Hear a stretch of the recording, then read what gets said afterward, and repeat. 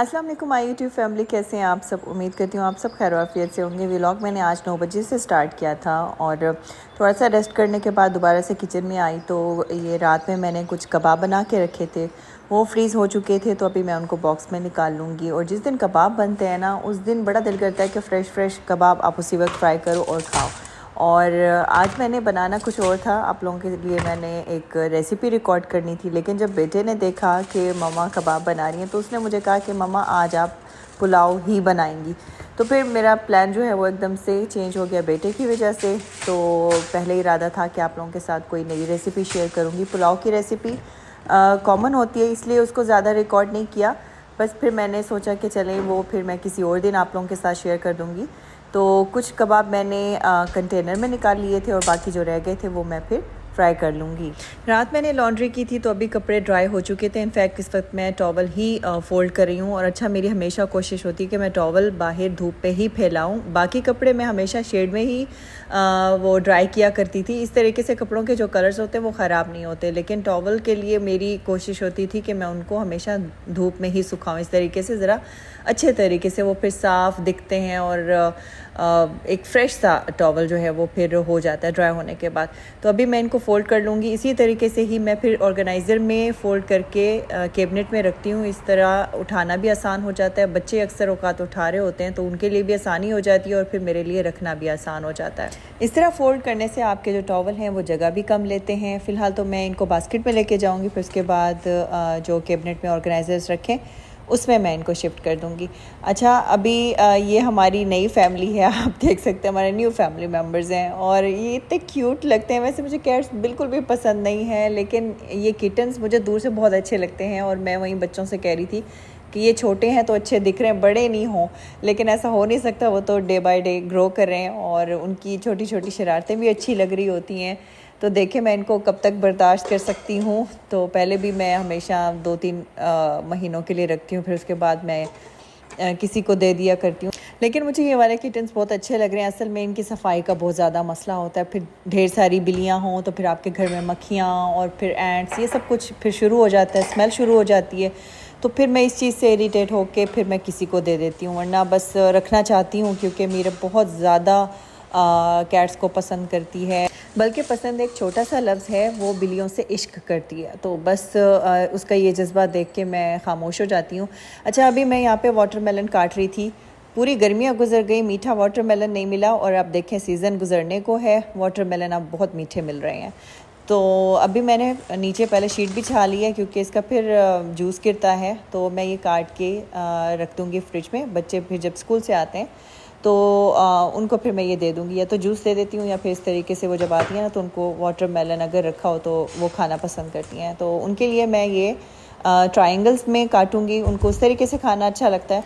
और जब भी वाटरमेलन आता है तो मैं उसको काट के पूरा किसी कंटेनर में रख देती हूँ, क्योंकि ये पूरा उठा के हम फ्रिज में रख नहीं सकते, फ्रिज में जगह ही नहीं होती है। तो कितनी चीज़ें फ्रिज में इंसान रखे, तो फिर इस तरीके से काट के आप रख दें और फिर जब बच्चों को खाना हो तो उसी वक्त फिर दिया जा सकता है। पिछले व्लॉग में मैंने आप लोगों से पूछा था कि अगर आप लोगों के पास एंट्स को भगाने का कोई सोल्यूशन है तो मेरे साथ ज़रूर शेयर कीजिएगा। तो काफ़ी सारे कमेंट्स मुझे रिसीव हुए थे, आप लोगों ने मुझे अपनी सजेशंस दी और मैं असल में पाउडर यूज़ कर रही थी। मुझे इसका कोई परमानेंट सोल्यूशन चाहिए था। पाउडर से वो थोड़ी देर के लिए तो भाग जाती हैं, लेकिन उसके बाद दोबारा से वो सुबह में आना शुरू हो जाती हैं। और इसके अलावा किसी ने मुझे क्लोव्स का बताया था कि आप अपने जो काउंटर टॉप है उस पर क्लोव्स डाल दिया करें। मैंने इस तरीके से किया बट वो फिर भी आ रही थी।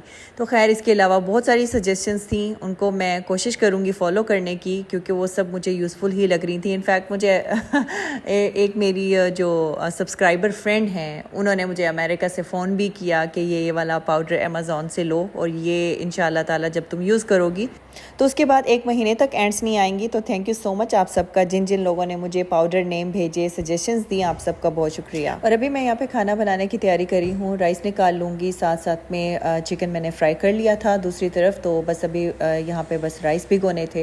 वैसे पुलाव या बिरयानी कोई भी मतलब राइस की आप चीज़ बना रहे हो ना, तो उससे फिर ये होता है कि आप रोटी बनाने की मुश्किल से बच जाते हैं। मुश्किल तो नहीं होता रोटी बनाना, लेकिन फिर भी जैसे सालन बनाना साथ में रोटी बनाना, दो काम हो जाते हैं।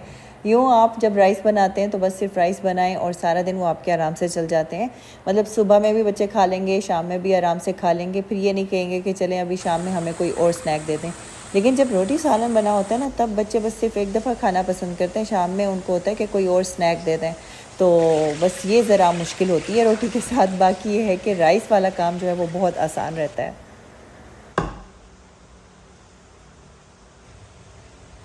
अच्छा, अभी आप लोगों के साथ मैं धनिया की एक टिप शेयर करूंगी। वैसे तो धनिया स्टोर करना सबको आता ही है कि इस तरीके से आप टिश्यू लगा के कंटेनर में इसको स्टोर कर सकते हैं, ख़राब नहीं होता।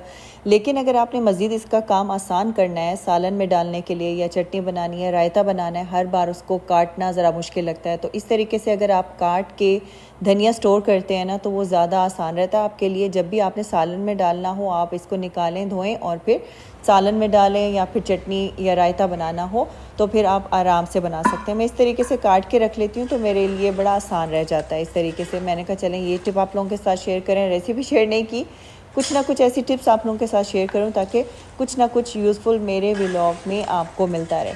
तो अभी मैंने चिकन को भून लिया था, टमाटर वगैरह भी डाल दिए। अच्छा, मैं इसमें थोड़ा सा दही भी ऐड करती हूँ तो पुलाव का जो टेस्ट होता है वो अच्छा हो जाता है। तो पानी भी मैं एक गिलास जो है वो कम कर देती हूँ। तो इस तरीके से जो राइस है वो आपके खड़े खड़े बनते हैं। अभी इसके भी खाने का टाइम हो गया था, इसको भी चिकन काट के दे दिया था। इसका भी एग्जैक्ट टाइम है 12 बजे से अपना लंच करना होता है और फिर ये 12 बजे विंडो में आ जाती है या फिर किचन के डोर के बाहर मियाँ मियाँ करने लग जाती है। देखें, जानवर को भी हर चीज़ का जो है वो पता है और एक बड़ी ड्यूटीफुल मदर मैंने इसको देखा है। मैं जब इसको देख रही हूँ अपने बच्चों को टेक केयर करते हुए तो मैं बड़ी चीज़ें इसकी नोटिस कर रही होती हूँ।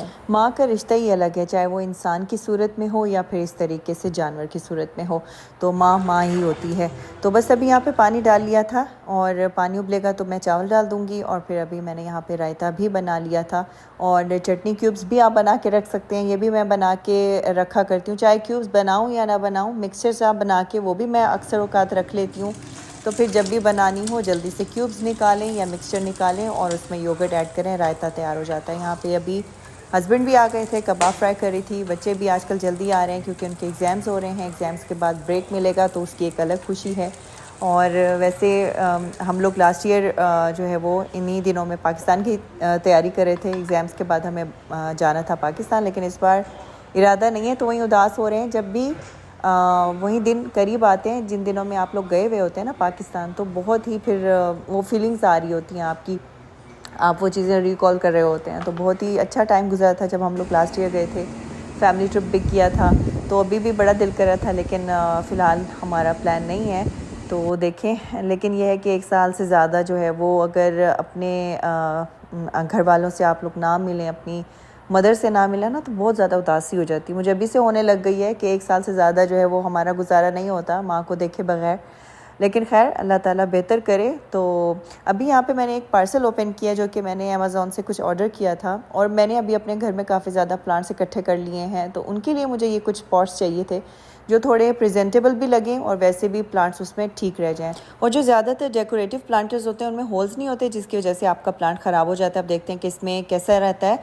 तो मैंने ये वाइट कलर में ऑर्डर किए हैं, जबकि मुझे लग रहा था कि वाइट कलर जल्दी ख़राब हो जाएगा, लेकिन ये प्लास्टिक है तो हो सकता है वॉश करने से ये साफ़ हो जाएं। मुझे ना वाइट कलर घर में ऐड करना बहुत अच्छा लगता है। आपको पीस महसूस होता है। आप अपने घर में वाइट कलर का फर्नीचर या कोई ऐसी चीज़ ज़रूर ऐड करें, आपको बहुत ही अच्छा महसूस होता है। अगर टाइम टू टाइम आप इनको क्लीन करते रहें तो सही रहती हैं। और इतना भी नहीं है कि वाइट कलर की सफाई कोई इतना ज़्यादा मुश्किल काम है। मुझे ऐसा लगता है कि जैसे बाकी कलर्स पे अगर थोड़ी सी डस्ट आ जाती है तो ज़्यादा विजिबल होती है, जबकि वाइट कलर पे अगर कोई डस्ट वगैरह हो ना तो वो इतनी जल्दी विजिबल नहीं होती है। हाँ, अगर कोई गंदे हाथ लगे हों तो अलग बात है, लेकिन मैंने काफ़ी अपने घर में फ़र्नीचर वाइट कलर का यूज़ किया है। तो मुझे ब्लैक कलर की चीज़ पे ज़्यादा डस्ट जल्दी महसूस होती है, वाइट पे नहीं फ़ील होती है।